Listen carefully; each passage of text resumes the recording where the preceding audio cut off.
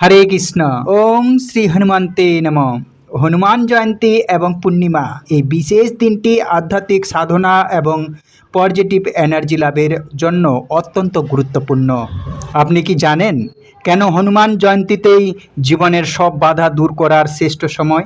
এই বছর পূর্ণিমা আর হনুমান জয়ন্তীর এই দুর্লভ যোগ আপনার ভাগ্য বদলে দিতে পারে। সকলকে স্বাগত জানাচ্ছি আমাদের প্রভু বার্তা চ্যানেলে।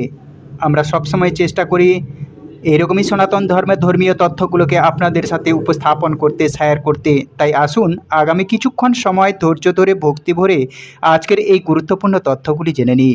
আশা করছি অবশ্যই হনুমান জয়ন্তী ও পূর্ণিমার বিশেষ যোগের এই তথ্যগুলি জেনে অবশ্যই সমৃদ্ধ লাভ করবেন। ভালো লেগে থাকলে অবশ্যই একটি লাইক করে কমেন্টে জয় শ্রী হনুমানের জয় একবার হলেও লিখে যাবার অনুরোধ জানাচ্ছি। পাশাপাশি হনুমান জয়ন্তীর পূজাবিধি, মাহাত্ম্য কথা এবং আজকের দিনে কি কি করা উচিত এবং কি কি বর্জন করতে হবে, আজকের এই গুরুত্বপূর্ণ তথ্যগুলি প্রত্যেকের জানার দরকার। চৈত্র মাসের এই তিথিতে কেন গ্রহ নক্ষত্রের অবস্থান আমাদের শরীরের চক্রকে প্রভাবিত করে? রাম ভক্তি। হনুমানজি হলেন নিঃস্বার্থ ভক্তির প্রতীক। তার পূজা মানেই শ্রীরামের আশীর্বাদ পাওয়া। হাতে জল নিয়ে আজকের দিনের ব্রত বা সংকল্প করা অত্যন্ত জরুরি। হনুমানজির গুরু সূর্যদেব, তাই সূর্য প্রণাম দিয়ে দিন শুরু করার গুরুত্ব অত্যন্ত মহত্বপূর্ণ। হরে কৃষ্ণ। আজ এই দিনে, এই হনুমান জয়ন্তীর আজকের এই শুভ দিনে কিছু নিয়ম আমাদের অবশ্যই মেনে চলা প্রয়োজন। আমরা অনেকে আছে ব্রত করব, কিন্তু এই কার্যগুলো করে থাকি, এতে যতই ব্রত করি ততটা কিন্তু ব্রতের ফল প্রাপ্ত করা যায় না। প্রথমত হচ্ছে আমিষ খাবার ভক্ষণ করবে না। মনে রাখবে, এই দিনে ব্রত করেন কিংবা না করেন, আমিষ ভক্ষণ থেকে বিরত থাকা উচিত। যারা আধ্যাত্মিক স্তরে উন্নতি লাভ করতে চান তাদের প্রথমত হচ্ছে চেতনাকে শুদ্ধ করতে হয়, নির্মল করতে হয়। আর চেতনাকে নির্মল করার জন্য সর্বপ্রথম হচ্ছে আহারের সূচিটা আনা প্রয়োজন। অনেকে বলে, আরে কি হয়েছে, মানুষের খাবার রাজসিক, মাছ মাংস এগুলো খাবে, এগুলো দেহের ধর্ম। হ্যাঁ, খেতে পারেন, কিন্তু এর ফলে কিন্তু চেতনা নির্মল হয় না। ভগবান শ্রীকৃষ্ণ গীতার মধ্যে পর্যন্ত বলেছেন সাত্বিক খাবার গ্রহণ করবে, এতে শরীর নিরোগ থাকে, দীর্ঘদিন বেঁচে থাকা যায় সুস্থভাবে। এই যে যত বেশি মাছ মাংস গ্রহণ করে, সে তত বেশি কিন্তু তার মধ্যে ক্যান্সার সৃষ্টি হয়, ভয়ানক রোগের সৃষ্টি হয়। তাই শরীরকে সুস্থ রাখতে হলে পর্যন্ত সাত্বিক খাবার গ্রহণ করতে হয়। যেমন ডাক্তারেরা বর্তমানে বলে থাকে বেশি বেশি ফলমূল খাবে, শাকসবজি খাবে, মাছ মাংস যতটা সম্ভব কমিয়ে খাবে। এই যে পত্রিকায় পর্যন্ত বের হয় তেলাপিয়ার মাংসে কত ভয়ানক, তেলাপিয়া মাছে কত ভয়ানক ক্যান্সার, তারপরে হচ্ছে হাঁসের মাংসে কত কোলেস্টেরল, ভয়ানক ক্যান্সারের সৃষ্টি করে। তো এগুলো থেকে বিরত থাকা উচিত। অন্তত পক্ষে এমনিতে আমি বলছি না যারা মাছ মাংস খায় তারা খারাপ, তাদের দ্বারা ঠাকুর পুজো হবে না, এমনটা নয়। তবে অন্তত পক্ষে কিছু শুভ দিন আমাদের অবশ্যই মেনে চলা প্রয়োজন। যেমন হনুমান জয়ন্তীর দিন, এই সমস্ত দিনে আপনি ব্রত না করলেও ভগবানের প্রসাদ রয়েছে। আর এই প্রসাদে সর্বদুঃখানাম হানিরস্য পূজায়তে, প্রসাদের মাধ্যমে সমস্ত দুঃখ দূরীভূত হয়। ভগবানের ভোগ দর্শন করলে দুর্ভাগ্য নাশ হয়। স্বয়ং ভগবান মা পার্বতীকে, এই হনুমানজিকে, হনুমান হচ্ছে কিন্তু স্বয়ং মহাদেবীরই অবতার হনুমানজি, সাধারণ কোনো দেবতা নয়। এই প্রসাদ গ্রহণ করুন আজকের এই শুভ দিনে, রামের প্রসাদ। হনুমানজি কোনো খাবার গ্রহণ করতো না যে খাবার আমার রামের প্রসাদ নয়। ভগবান রামের প্রসাদ ছাড়া হনুমান কোনো কিছু গ্রহণ করতো না। এমনকি হনুমান এত বড় ভক্ত ছিল যে একবার সেই অযোধ্যায় রামচন্দ্র ভগবান ফিরে এসেছে, লঙ্কাকে বিজয় করলো, রাবণ বধ করলো, মা সীতাকে উদ্ধার করলো। তখন মা সীতা অযোধ্যাপুরীতে এসে রামচন্দ্র ভগবান সবাইকে অনেক কিছু দান করছে, ব্রাহ্মণদেরকে ডেকে বাবা দশরথের আত্মার শান্তি কামনায় অনেক কিছু স্বর্ণদানা এগুলো দান করছে। তো হনুমান একটুকু রামের প্রতি অভিমান করে, কেন যে প্রভু রাম সবাইকে সবকিছু দান করছে, আমাকে কিছু দিচ্ছে না। হনুমান একটুকু দূরে গিয়ে অভিমান করে, বা সন্তান যেরকম বাবার প্রতি রাগ করে, ওই রকম হনুমানজি প্রভু রামের প্রতি রাগ করে একটুকু দূরে বসে আছে। এটা লক্ষ্য করেছিল মা সীতা যে হনুমান অভিমান করে আছে। তাই মা সীতা কি করলো, হনুমানকে ডেকে কাছে নিল যে হনুমান আসো। মা সীতাকে একবার রামচন্দ্র ভগবান দিব্য মণি, মহামূল্যবান মুক্ত দিয়ে তৈরি করা হয়েছিল একটা গলার হার, সেই হার ভগবান রাম সীতাকে উপহার দিয়েছিল। মা সীতা কি করেছে, গলা থেকে সেই হার খুলে হনুমানকে পরিয়ে দিয়েছে। কিন্তু হনুমান হচ্ছে এত বড় ভক্ত রামের, সেই হনুমান কি করলো, সেই মায়ের দেওয়া মহামূল্যবান রত্নখচিত সেই মালা সে কামড়ে কামড়ে নষ্ট করে পুঁথিগুলোকে ফেলে দিচ্ছিল। পাশে বসা ছিল লক্ষণ। লক্ষণ রেগে গিয়ে হনুমানকে বলল, এই হনুমান সাবধান, আমি তোমার মস্তক ছেদন করব, তুমি সীতা দেবীর দেওয়া হারকে এরকম নষ্ট করে ফেলে দিচ্ছ। তখন হনুমান বলল, প্রভু তুমি তুমি না বুঝে আমাকে ভুল বুঝো না, আসলে আমি এই মুক্তোর মধ্যে খুঁজতেছিলাম কোথায় আমার রামকে পাওয়া যায়, কিন্তু কোথাও আমার রামকে পেলাম না, তাই এগুলো নষ্ট করে আমি ফেলে দিচ্ছি। কেন? যে জিনিসের মধ্যে রাম পাওয়া যায় না তাকে আমি গ্রহণ করি না। তখন লক্ষণ বলেছিল, আচ্ছা তুমি এত বড় ভক্ত, তুমি এত বড় ভক্ত রামের, দেখাতে পারবে তোমার হৃদয়ে রামের বাস? তখন হনুমান কোনো কথা না বলে নিজের বুক চিরে বক্ষ বিদীর্ণ করে দেখিয়ে দিয়েছিল, তার হৃদয়ের মধ্যে রাম সীতার ছবি দেখিয়েছিল। রাম সীতা তার হৃদয়ে অবস্থান করে। এ হচ্ছে হনুমান। আর সেই হনুমান সাধারণ কোনো ব্যক্তি নয়, তার পুজো করবে গর্বের সহিত। আমি হনুমানজির পুজো করি, রাম ভক্ত হনুমান, কোন সংকট জীবনে আসতে পারে না। যে ব্যক্তি হনুমানের শরণ নেয়, এমনকি রামের মতো সাধ্য নেই, ভগবান শ্রী রামচন্দ্রের সাধ্য নেই হনুমানের ভক্তদের অনিষ্ট করতে পারে। এই শুভ দিনে কিন্তু মনে রাখবে, কখনো ভুলেও যতই ব্রত করি না কেন, যত ধর্ম কাজ করি, কিন্তু মিথ্যা কথা বলবে না, অপশব্দ প্রয়োগ করবে না। এর ফলে কিন্তু ব্রতের সম্পূর্ণ ফল প্রাপ্ত করা যায় না। যতই ব্রত করি, হনুমানজির কৃপা ততটা লাভ করা যায় না। মনে রাখবে, সত্যের উপরে ধর্ম নেই, মিথ্যার উপরে পাপ নেই। সত্যবাদিতা গুণ এটি ধারণ করা উচিত, মিথ্যা এর উপরে কোনো পাপ নেই। তাই যে যুধিষ্ঠির মহারাজ সত্যবাদী যুধিষ্ঠির, ধর্ম বলে ইতিহাসে পাওয়া যায়, এক আর যুধিষ্ঠির মহারাজ সশরীরে স্বর্গে গমন করেছিলেন। তাই এটা কি জন্য? তার ধর্মবল। তিনি ধর্ম থেকে কিঞ্চিত মাত্র বিচ্যুত হননি। এত ঝড় গিয়েছে তাদের জীবনী থেকে, যুধিষ্ঠির মহারাজ কিন্তু তার ধর্ম পরিত্যাগ করেননি। এই যুধিষ্ঠির মহারাজের রথ মাটির উপর দিয়ে চলতো, শূন্যের উপর দিয়ে চলতো তার পুণ্যের ধর্ম বলে। কিন্তু যখনই বলেছে অশ্বত্থামা হত ইতি গজ, সাথে সাথে যুধিষ্ঠিরের রথ মাটি স্পর্শ করেছিল। তাই কখনো মিথ্যা কথা বলা উচিত নয়, অপশব্দ প্রয়োগ করা উচিত নয়। এর ফলে যতই ব্রত করি, ততটা কিন্তু যদি বাক্যকে সংযত করা না যায়, ততটা কিন্তু ব্রতের ফল লাভ করা যাবে না। এবং এই দিনে আপনারা মনস্কামনা পূরণের জন্য খুবই সুন্দর একটি উপায় রয়েছে। অনেকে রয়েছে বিভিন্ন মনস্কামনা থাকে, বিভিন্ন মনোবাসনা, যে প্রভু আমার বাবা অসুস্থ রয়েছে, তাকে ভালো করে দাও, অথবা আমার একটা সন্তান হলে আমি তোমার এই করব, মানে অনেক সময় বিভিন্ন রকম মনস্কামনা থাকে। সেক্ষেত্রে মনোবাসনা পূরণের জন্য এই হনুমান জয়ন্তীর দিন একটা গুরুত্বপূর্ণ দিন। এই দিনে আপনারা ব্রত না করলেও এই কার্যটি করবেন। তা হচ্ছে 21টি অশ্বত্থ পাতা অথবা 21টি বট পাতা, এগুলো আপনারা সংগ্রহ করবেন। 21টি অশ্বত্থ পাতা হলেও হবে, না হলে 21টি বট পাতা হলেও হবে। সেক্ষেত্রে 21টি বট পাতা বা অশ্বত্থ পাতা নিয়ে লাল সিঁদুরে আপনারা সেখানে লিখবেন জয় শ্রীরাম। জয় শ্রীরাম ভগবান নাম রামচন্দ্রের নামটি লিখে 21টি পাতায় এপাশ ওপাশ লিখে তারপরে সেই পাতা দিয়ে সুন্দর একটা মালা গাঁথবেন। মালা গেঁথে 21টির বেশি হলে আরো ভালো, কমপক্ষে 21টি দিবেন। তারপরে সেই মালা আপনি হনুমানজির গলায় অর্পণ করবেন। হনুমানজির গলায় নিবেদন করে এরপরে যদি আপনার কোনো মনস্কামনা থাকে, সেই মনোবাসনার কথা হনুমানজিকে জানাবেন। এতে একটুকু হলেও প্রভু হনুমানের কৃপায় আপনার সেই মনস্কামনা সিদ্ধ হয়ে থাকে বা পূরণ হয়ে থাকে। এটি অনেক ভক্তরাই হনুমানজির এই জন্ম জয়ন্তীর দিনে এই কার্যটি করে থাকে। তো এতে অনেকাংশেই হনুমানজির কৃপায় জীবনের মনস্কামনা পূর্ণ হয়ে থাকে। এবং হনুমানজি কিন্তু এই চৈত্র মাসের পূর্ণিমা তিথিতে আবির্ভূত হয়েছিল। সেজন্য আমরা এখন জেনে নিচ্ছি এই পূর্ণিমা তিথি কতক্ষণ থেকে কতক্ষণ থাকবে। পূর্ণিমা শুরু হয়েছে মূলত গতকাল 1 এপ্রিল বুধবার সকাল 7টায় এবং পূর্ণিমা তিথি শেষ হবে 2 এপ্রিল আজ সকাল 7:40 মধ্যে। এই সময়টুকুর মধ্যে এই সেই চৈত্র পূর্ণিমা তিথি থাকবে। তাই উদয়া তিথি মেনে আজ 2 এপ্রিল বৃহস্পতিবার 18 চৈত্র 1432 বঙ্গাব্দ হনুমান জয়ন্তী পালিত হবে। এবং এই দিনে আপনারা অবশ্যই চেষ্টা করবেন হনুমানজিকে, যেমন হনুমান লাড্ডু পছন্দ করে। আরে হনুমানের কৃপা লাভের জন্য কত উপায় রয়েছে। তার প্রিয় ফল, যেমন হনুমানজি ফল খেতে পছন্দ করে, এটি গরমের সিজন, তাই আপনি সুমিষ্ট যে রসালো ফল আম্র ফল হনুমানকে ভোগ দিতে পারেন। তারপরে হচ্ছে আপনি লাড্ডু ভোগ দিতে পারেন, এটি খুবই শুভ, হনুমানজি পছন্দ করে এগুলো। আর হনুমানের প্রসন্নতার জন্য যে কার্যই করা হোক না কেন সেটাই হচ্ছে পুজো করা, এতে হনুমান অত্যন্ত প্রসন্ন হয়ে থাকে।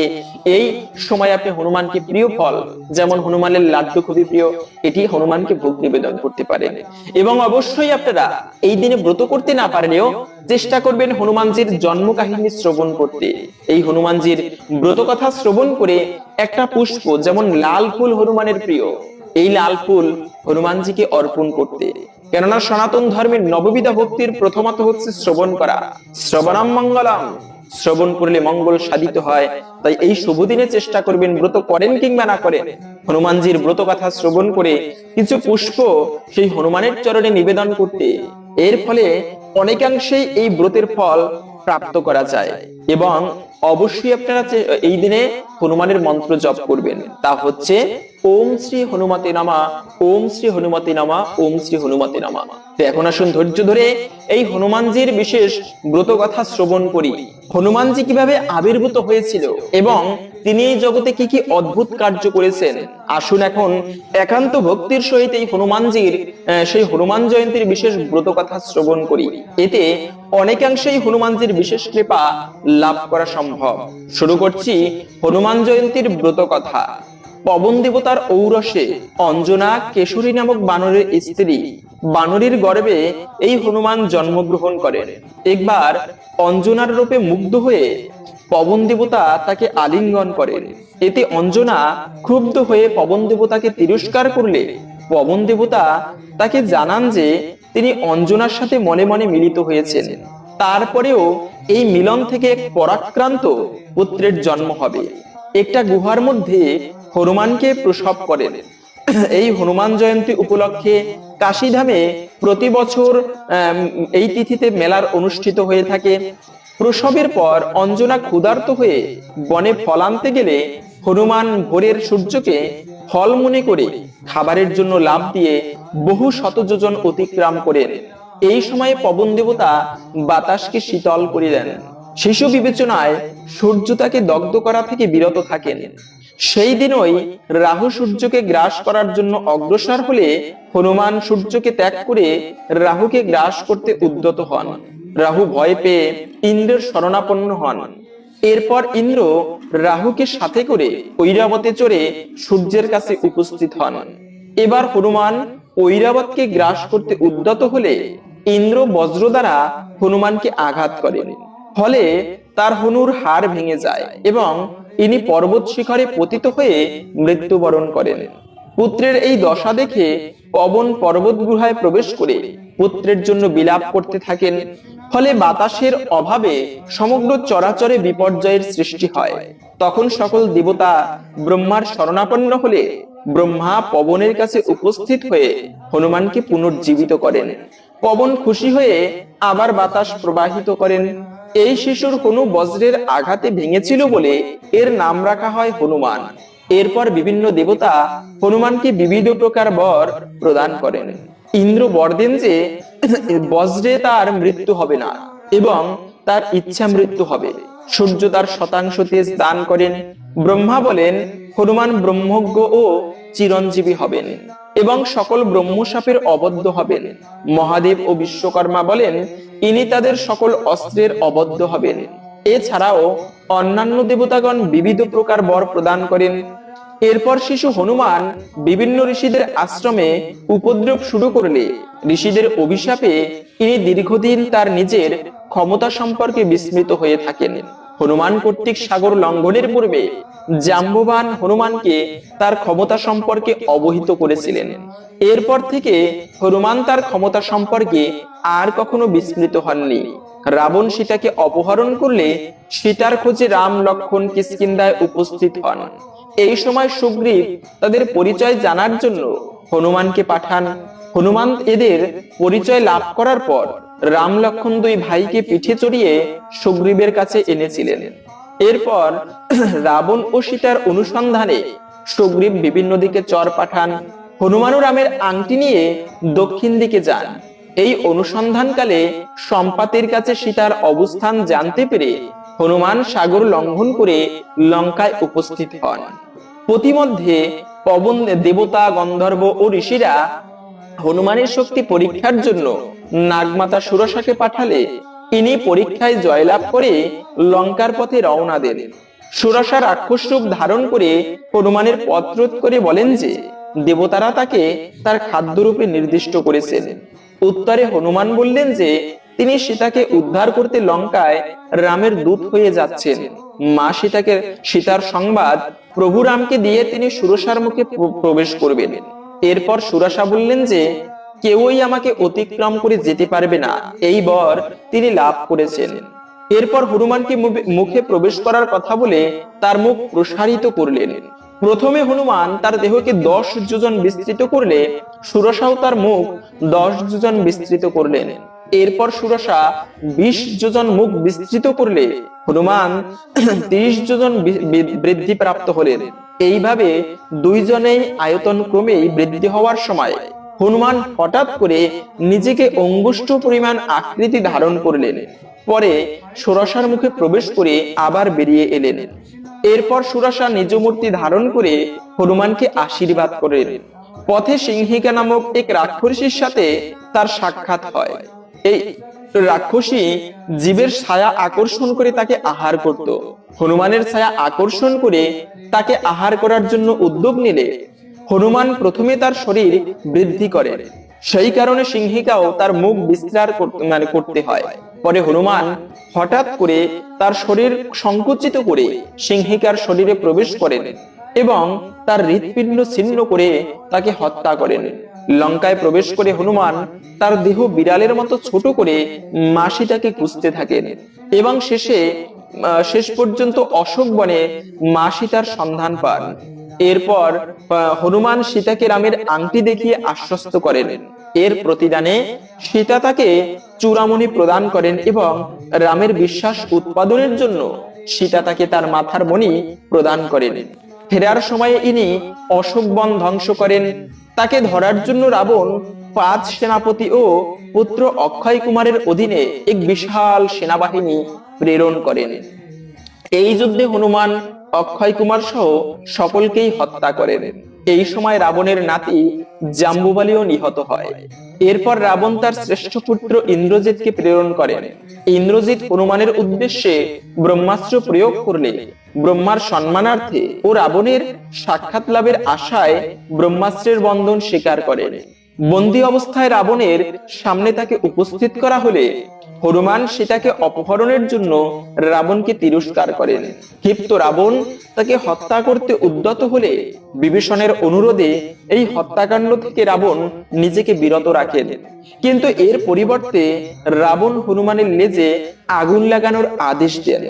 রাক্ষসীরা এই আদেশ অনুসারে হনুমানের লেজে আগুন লাগিয়ে ছেড়ে দিলে হনুমান লাফিয়ে লাফিয়ে লেজের আগুন দ্বারা সমস্ত লঙ্কা নগরীতে আগুন ধরিয়ে দেন। এই সময় সীতার প্রার্থনায় হনুমান লেজের আগুন থেকে রক্ষা পান। লঙ্কায় অগ্নিকাণ্ড ঘটানোর পর হনুমান সমুদ্রে লেজের আগুন নিভিয়ে পুনরায় সাগর লঙ্ঘন করে ফিরে আসেন এবং প্রভু রামকে সকল বিষয় জানান। লঙ্কা যুদ্ধের সময় ইনি এককভাবে অসীম বীরত্ব প্রদর্শন করেন।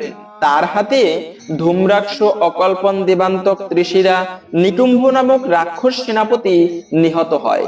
ইন্দ্রজিৎ বধের সময়ে হনুমান লক্ষণের বাহন হয়েছিলেন।